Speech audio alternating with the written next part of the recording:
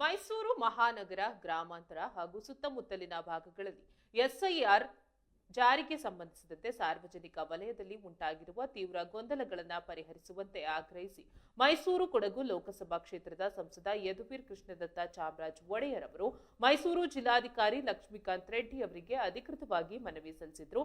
ಈ ಯೋಜನೆಯ ಅನುಷ್ಠಾನದ ವೇಳೆ ಸಾರ್ವಜನಿಕರಿಗೆ ಹಾಗೂ ರೈತರಿಗೆ ಆಗ್ತಾ ಇರುವ ತೊಂದರೆಗಳು ಮತ್ತು ಗೊಂದಲಗಳ ಬಗ್ಗೆ ಜಿಲ್ಲಾಡಳಿತ ತಕ್ಷಣವೇ ಗಮನ ಹರಿಸಿ ಸೂಕ್ತ ಕ್ರಮ ಕೈಗೊಳ್ಳಬೇಕೆಂದು ಸಂಸದರು ಇದೇ ಸಂದರ್ಭದಲ್ಲಿ ಒತ್ತಾಯಿಸಿದರು.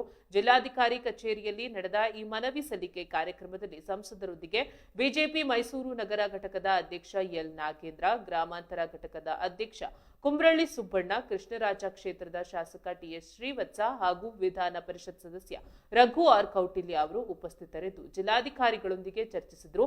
ಉಳಿದಂತೆ ಮೈಸೂರು ಮಹಾನಗರ ಪಾಲಿಕೆಯ ಮಾಜಿ ಮೇಯರ್ಗಳಾದ ಶಿವಕುಮಾರ್, ಸಂದೇಶ್ ಸ್ವಾಮಿ, ಬಿಜೆಪಿ ನಗರ ವಕ್ತಾರ ಎಂಎ ಮೋಹನ್ ಸೇರಿದಂತೆ ಪಕ್ಷದ ನಗರ ಮತ್ತು ಜಿಲ್ಲಾ ಪ್ರಧಾನ ಕಾರ್ಯದರ್ಶಿಗಳು ಹಾಗೂ ಪ್ರಮುಖ ಮುಖಂಡರು ಈ ಸಂದರ್ಭದಲ್ಲಿ ಹಾಜರಿದ್ದರು.